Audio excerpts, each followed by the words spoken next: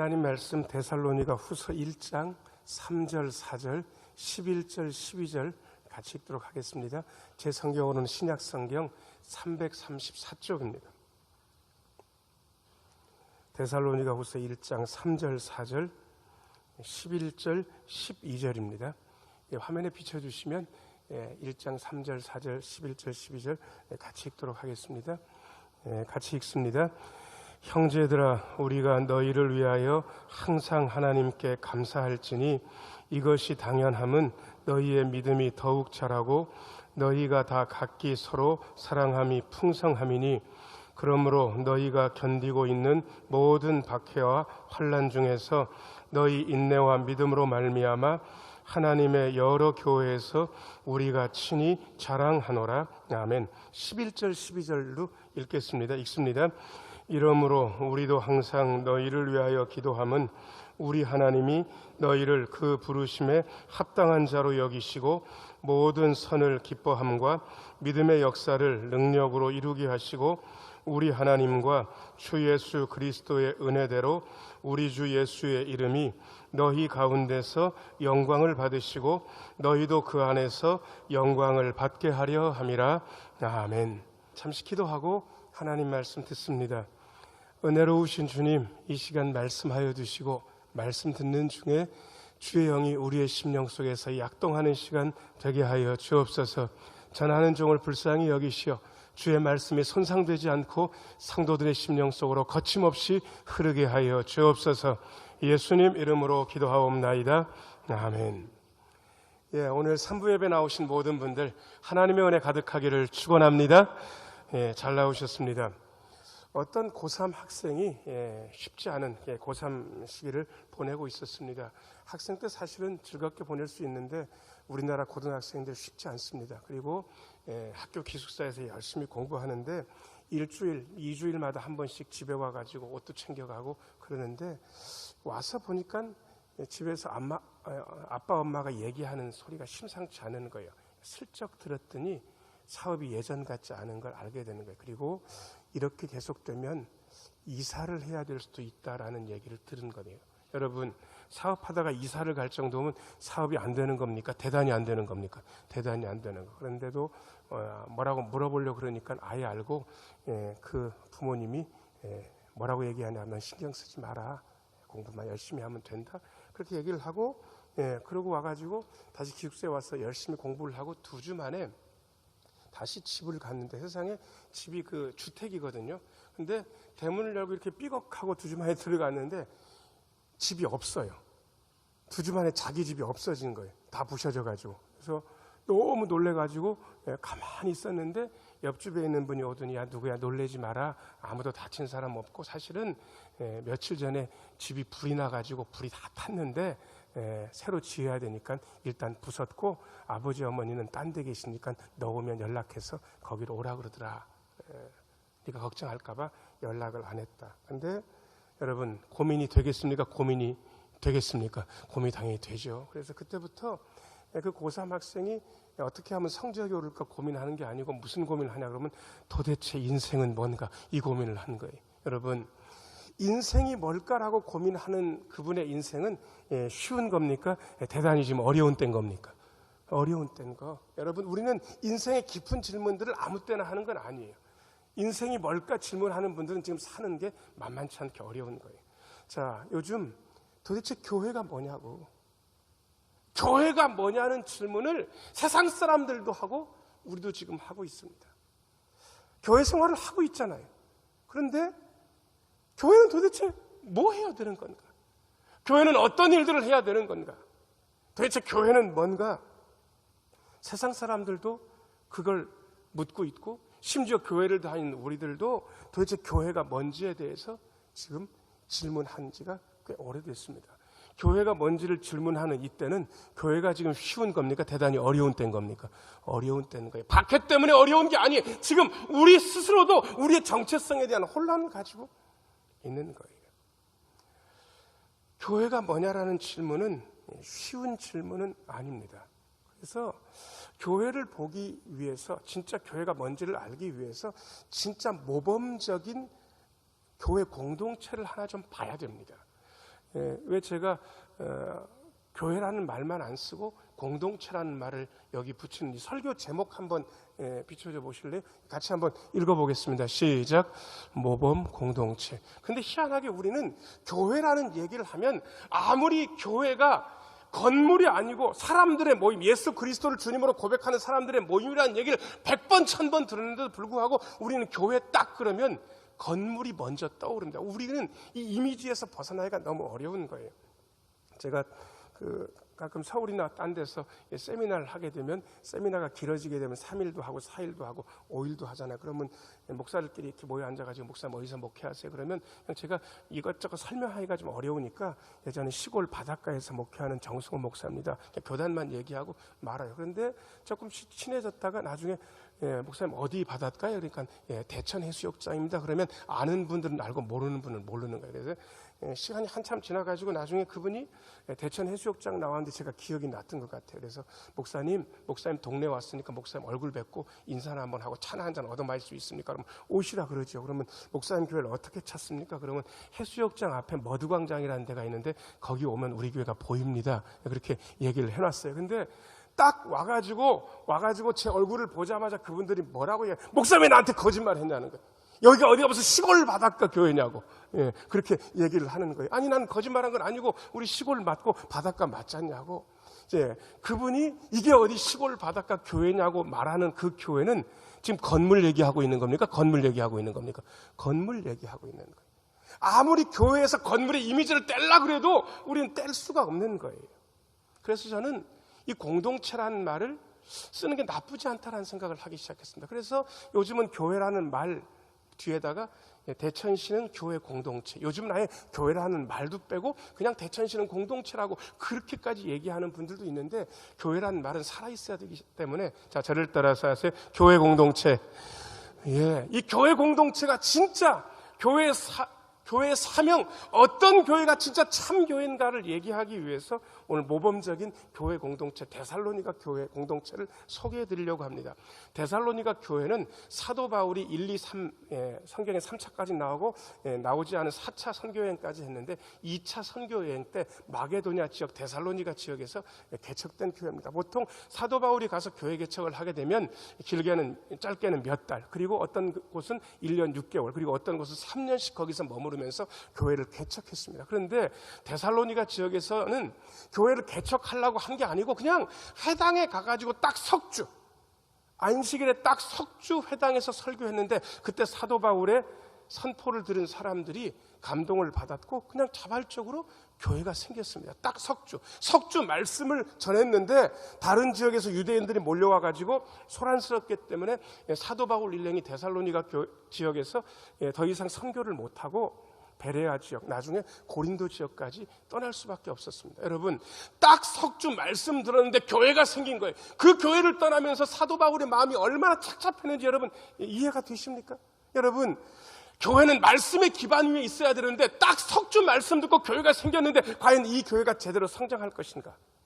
사도 바울은 고민이 많은 거예요. 그런데 그 이후에 고린도까지 들려오는 소식은 데살로니가 지역 딱 석주밖에 말씀을 못 들은 이 지역 교회가 너무도 은혜롭게 모범적으로 성장하고 있다는 기가 막힌 소식을 듣게 된 거예요. 그래서 너무 기쁘고 좋아서 데살로니가 전서를 썼고, 그래도 신생교회이기 때문에 어려운 일이 있어서 데살로니가 후서를 썼습니다. 오늘 우리가 볼 교회 공동체는 데살로니가 교회 공동체인데 과연 어떤 교회인가?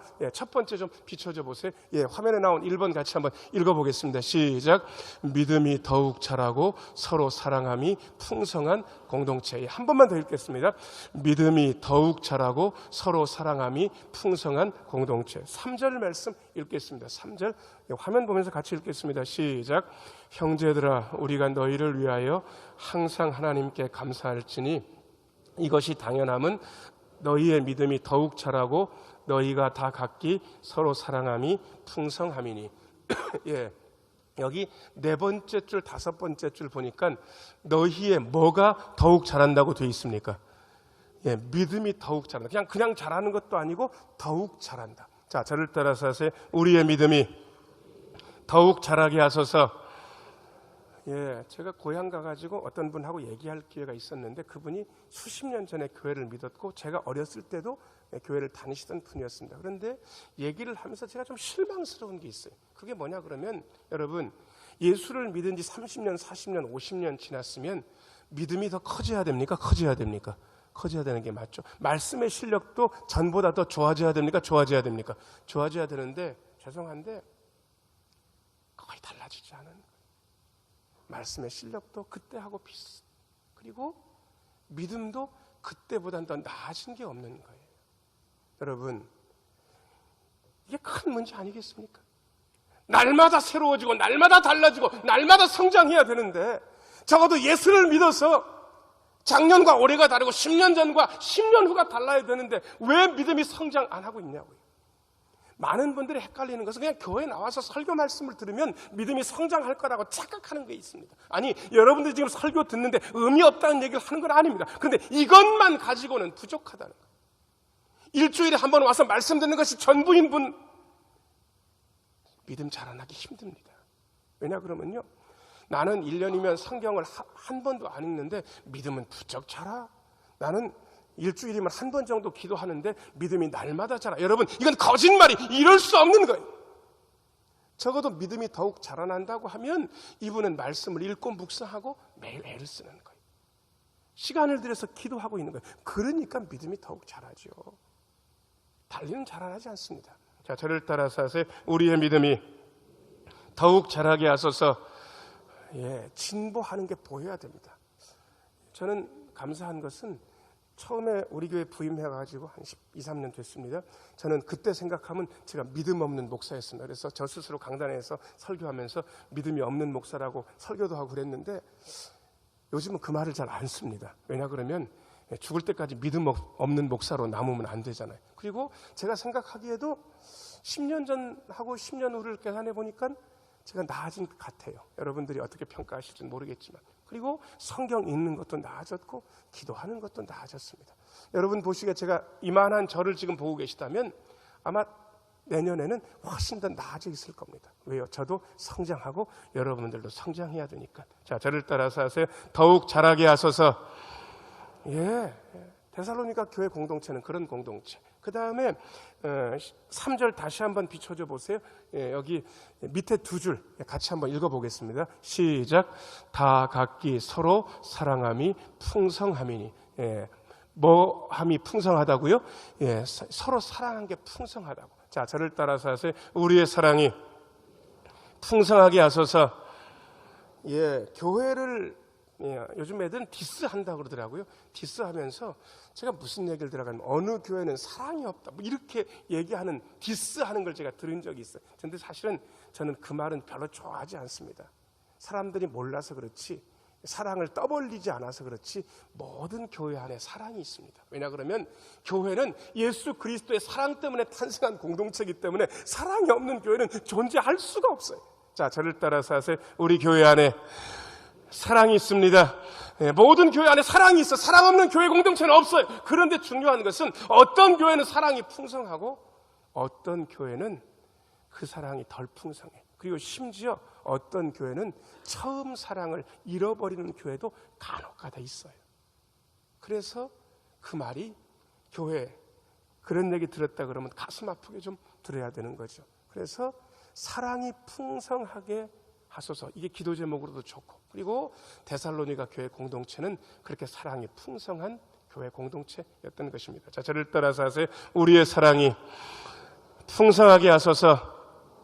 사랑이 풍성한 걸 어떻게 아냐 그러면 한 분에 대한 관심이 살아있으면 사랑이 있는 거예요.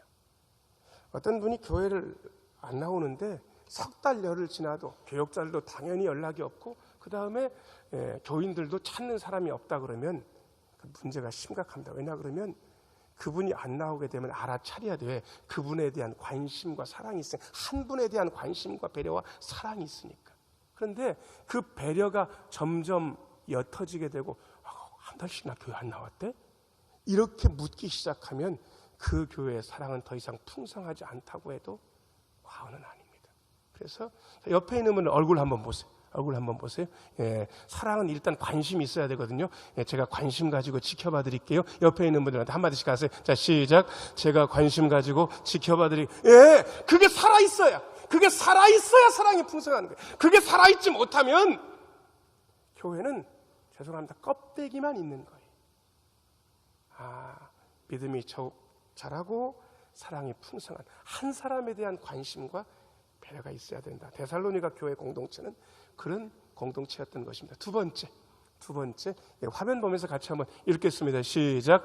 박해와 환난 중에서 인내하고 믿음을 지키는 공동체. 또박또박 한 번 더 읽어보겠습니다.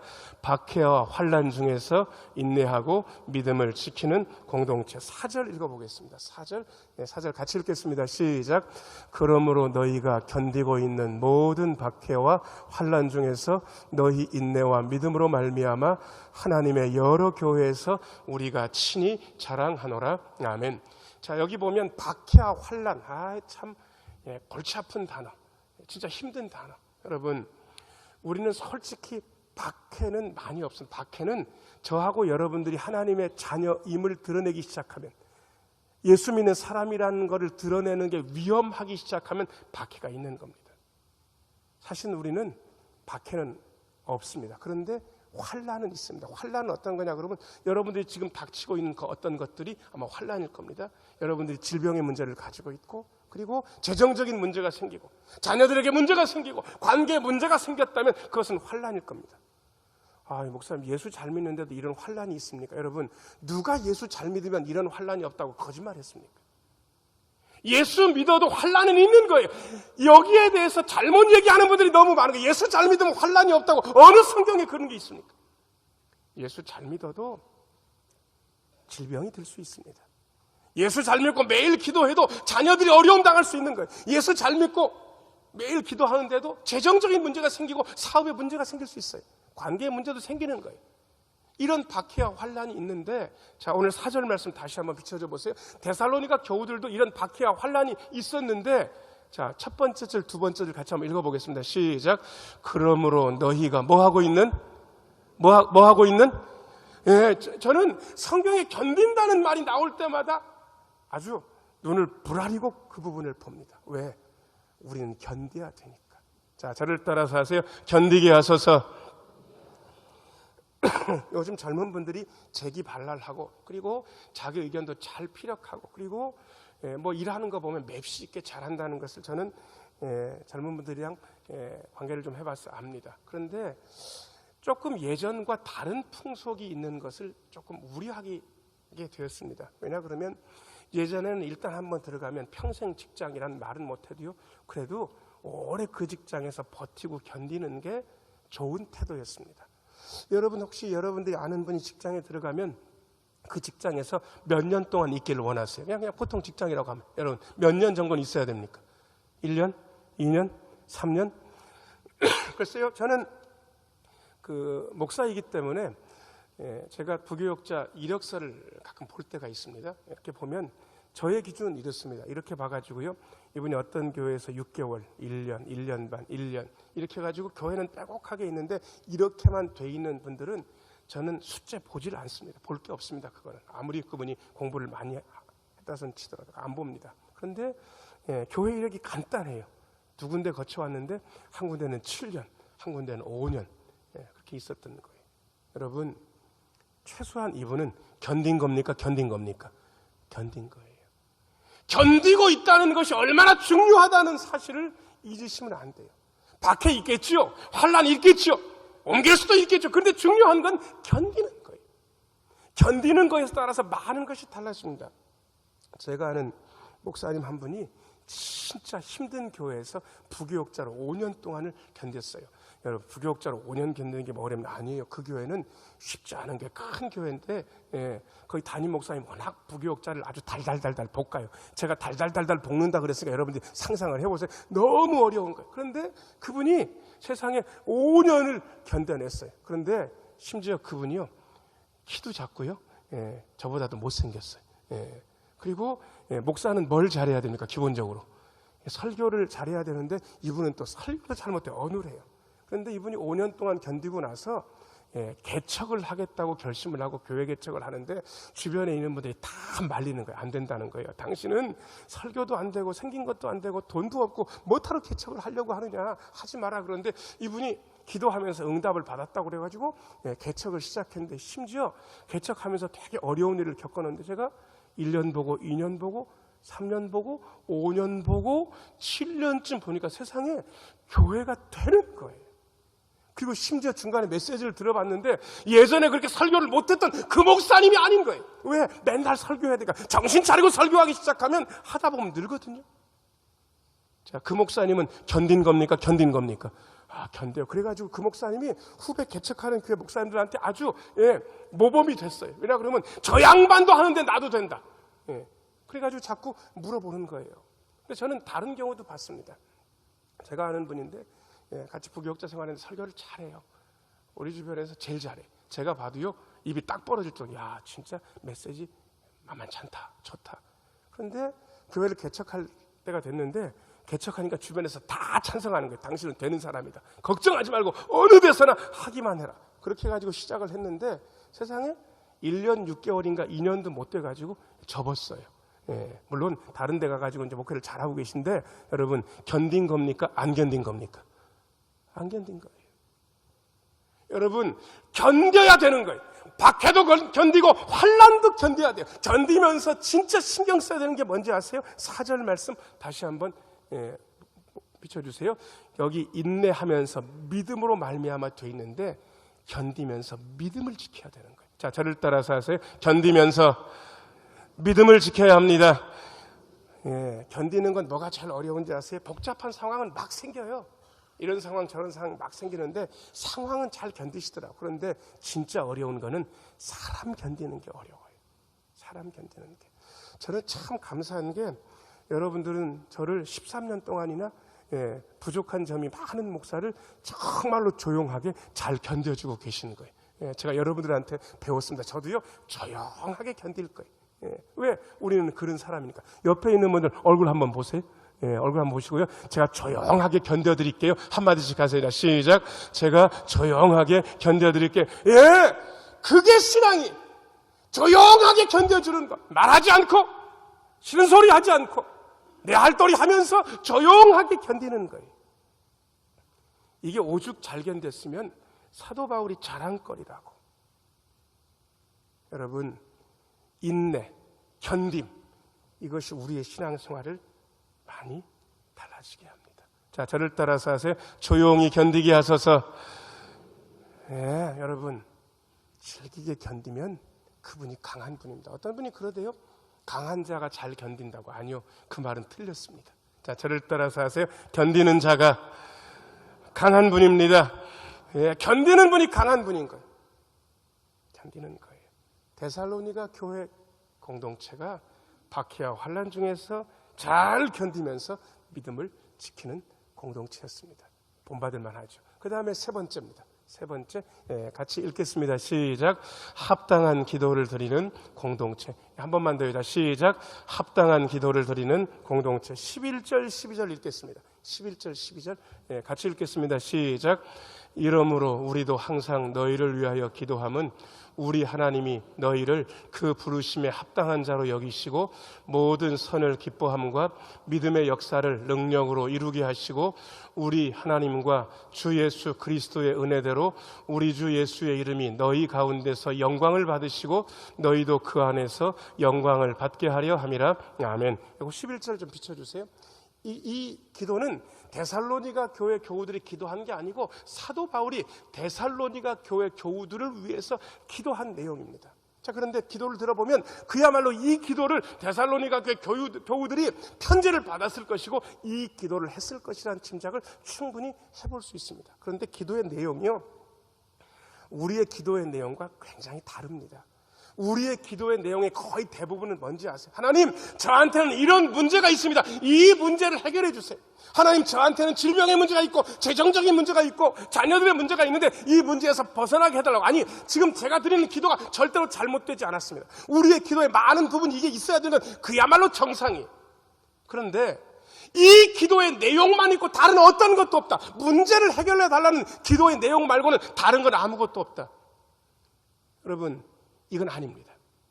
적어도 문제를 해결해 달라는 기도 말고 다른 기도가 있어야 되는데, 그 다른 기도, 우리가 드려야 될 진짜 합당한 기도를 사도 바울이 데살로니가 교우들한테 편지를 했고 우리도 지금 배우고 있는 거예요. 네 번째 줄, 어떤 기도가 그렇게 우리가 해야 될 기도인가? 자, 저를 따라서 하세요. 부르심에 합당한 자가 되게 하소서. 한 번만 더요. 부르심에 합당한 자가 되게 하소서.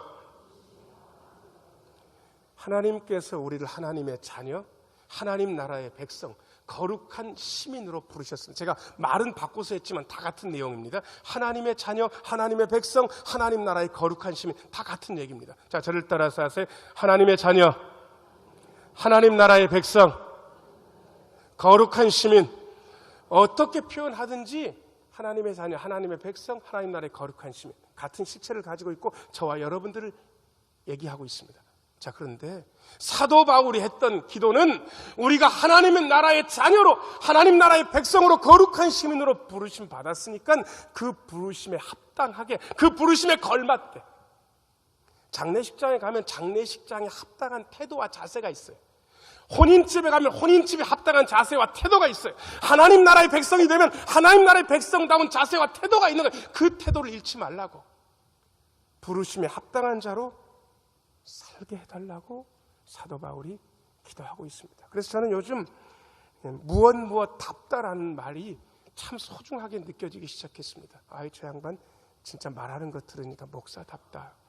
저분 얘기하는 거 들으니까 장로님다워. 저분 얘기하는 거 들으니까 예수 믿는 분 답네. 여러분, 얼마나 좋은 얘기입니까? 부르심에 합당한 자가 되게 하소서. 11절 다시 한번 비춰줘 보세요. 그 다음에 중요한 얘기. 자, 저를 따라서 하세요. 믿음의 역사를 이루게 하소서. 그거 아세요? 예수 믿는 현실은 묘해가지고요, 믿으면 있고 안 믿으면 약에 쓸래도 없어요. 진짜로요. 성경에 있는데 안 믿으면 하나도 안 일어난다니까요. 성경에 있는데 믿기 시작하면 그게 너무도 자주 일어나는 거예요. 그래서 어떤 분들은 이렇게 얘기하더라고요. 진짜 믿음 가지고 기도하는 분들은 우연한 일들이 너무 많이 겹친다고. 우연한 일들이 너무 많이 일어나고 겹친다고. 그런데 안 믿으면요, 진짜 아무것도 없어요. 자, 저를 따라서 하세요. 안 믿으면 하나도 없고 믿기 시작하면 너무 많습니다. 여러분, 예수 믿는 실체가 그래요. 그래서 여러분, 예수 믿어도 아무 일도 없다, 아무 일도 없는 건 그분 때문이에요. 믿음 없는 거예요. 믿기 시작하면 너무 확실히 있어요. 그래서 믿음의 역사를 이루어 달라고 기도하는 게 너무 절실해요. 자, 저를 따라서 하세요. 믿음의 역사를 이루어 주소서. 그 다음에 12절을 좀 비춰줘 보세요. 어떤 기도가 합당한 기도인가. 여기 보면 주 예수의 이름이 영광 받으시고 너희도 영광 받게 하려 함이라, 그렇게 되어 있습니다. 자, 저를 따라서 하세요. 예수님이 영광 받으시고 우리도 영광스럽게 하소서. 보통 영광에 대한 오해가 있습니다. 하나님은 영광 받으시고 우리는 그야말로 비천해져 가지고 그냥 다 사라지는 것처럼. 물론 은혜로운 찬송가긴 한데, 여러분, 찬송가 가사, 부름받아 나서니 몸 어디든지 가오리다. 아골골짝 빈들에도 가오리다. 영광은 하나님 받으시고 우린 다 살아주 좋다. 물론 은혜로운 가사긴 한데, 사실은 정확하게 이야기하면 하나님이 영광 받으시면 우리도 영광스럽게 됩니다. 자, 저를 따라서 하세요. 하나님이 영광 받으시면 우리도 영광스럽게 됩니다. 식당에서 점심 식사하는데 옆 테이블에서 술 취한 분 두 분이 소주잔 기울이고 있다가 저한테 와가지고요, 인사를 하는 거예요. 안녕하세요 목사님. 벌써 많이 취하셨어. 그래가지고 안녕하세요 그랬더니 신행교회 목사님 맞으시죠? 그러는 거예요. 제가 참 무서운 게, 제가 인사를 잘하고 다니고 동네 분들한테 워낙 인사를 잘하기 때문에 저를 기억해 주는 분이 많은데, 혹시 제가 동네 분들이 잘 모르는 분들이 있는 거예요. 근데 그분들은 저를 기억해요. 왜냐 그러면 이유가 있는 게, 저는 한 번 보면 잊을 수 없는 몸매를 가졌거든요. 그래가지고 그분들이 저를 기억하는 거예요. 반쯤 혀가 꼬부라져가지고 저한테 오셔가지고 목사님, 술 먹어도 구원받는 데는 지장이 없죠? 그러는 거예요. 근데 제가 또 뭐라 그래요? 진실은 또 얘기해줘야지. 그래서 술 먹어도 구원받는 데는 지장 없다고 또 얘기를 해줬어요. 그러니까 그분이 뭐라고 얘기하냐면, 목사님 교회 이름을 대면서 누구 교회 댕기지요? 그러니까 예, 다닙니다. 교회 잘 다니나? 예, 지금은 너무 예수 잘 믿고, 예, 장로님도 되시고, 집사님도 되셨습니다. 이렇게 했더니요, 목사님, 제가요, 예, 신흥교회 보니까 하나님이 살아계신 걸 알겠네요. 왜요? 그 인간은 교회 댕길 인간이 아닌데, 교회 댕겨가지고 그렇게 변해가지고 예수 잘 믿는 거 보니까 신흥교회 안에 하나님이 살아계시다는 거예요. 세상에 술은 반쯤, 예, 꼬그라져가지고는 세상에 신흥교회 안에 하나님이 살아계시다는 얘기를 그렇게 하니까 제가 기분이 좋겠습니까? 아이고, 맞다고. 예. 여러분, 예, 하나님이 살아계시다고 지금 예수 안 믿는 분이 얘기하고 있습니까? 하고 있습니까? 여러분, 반은 약간 꼬부라져서 얘기했지만 하나님께 지금 영광 돌리고 있는 거예요. 그래서 제가 약주만 많이 잡수지 말고, 예, 우리 신흥교회 오셔야죠. 그러면 우리 동네 분들은 말을 너무 잘해요. 그래가지고 목사님, 제가 교회를 나가게 되면 어디 딴 교회를 가겠습니까? 제가 신흥교회를 가지. 그리고 너무 또 은혜로운 얘기를 해주는 거예요. 제가 몸뚱이는 여기 있어도 마음은 어디 있다고? 예, 신흥교회에 있다고. 물론 제가 그 말을 다 믿지는 않습니다. 그럼에도 불구하고 제가 좋았습니다. 왜요?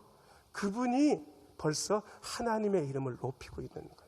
우리가 예수 믿어서 우리 보면서 하나님의 이름이 영광을 받으시면 우리도 영광스러운 거예요. 자, 저를 따라서 하세요. 예수님이 영광 받으시면 우리도 영광스럽습니다. 예, 그걸 기도하는 거예요. 이게 합당한 기도였던 거예요. 문제를 위해서 기도하는 게 나쁘다고 말씀드리는 게 아니에요. 그 기도만 있어서는 안 되고 우리가 부르심에 합당한 자가 되게 해달라고, 믿음의 역사를 이루게 해달라고, 주님의 이름이 영광 받으시는 것처럼 우리도 영광스럽게 해달라고 데살로니가 교인들이 아마 사도 바울의 이 기도를 듣고 당신들도 그렇게 기도했을 것입니다. 사랑하는 여러분, 진짜 모범적인 교회 공동체 보셨습니다. 믿음이 더욱 자라고 서로 사랑함이 풍성한 공동체, 박해와 환난 중에서 인내하고 믿음을 지키는 공동체, 합당한 기도를 드리는 공동체. 우리 대천신흥교회 공동체는 이러한 교회를 바라보면서 이 길로 나아가고 있습니다. 우리 교회는 하나님께서 인정하시는 아름다운 교회, 위대한 교회로 전진해 나가게 될 것입니다. 이것을 기대하시면서 힘있게 이 믿음의 길에서 전진하시는 우리 모두가 되기를 예수님의 이름으로 축원합니다. 기도하겠습니다.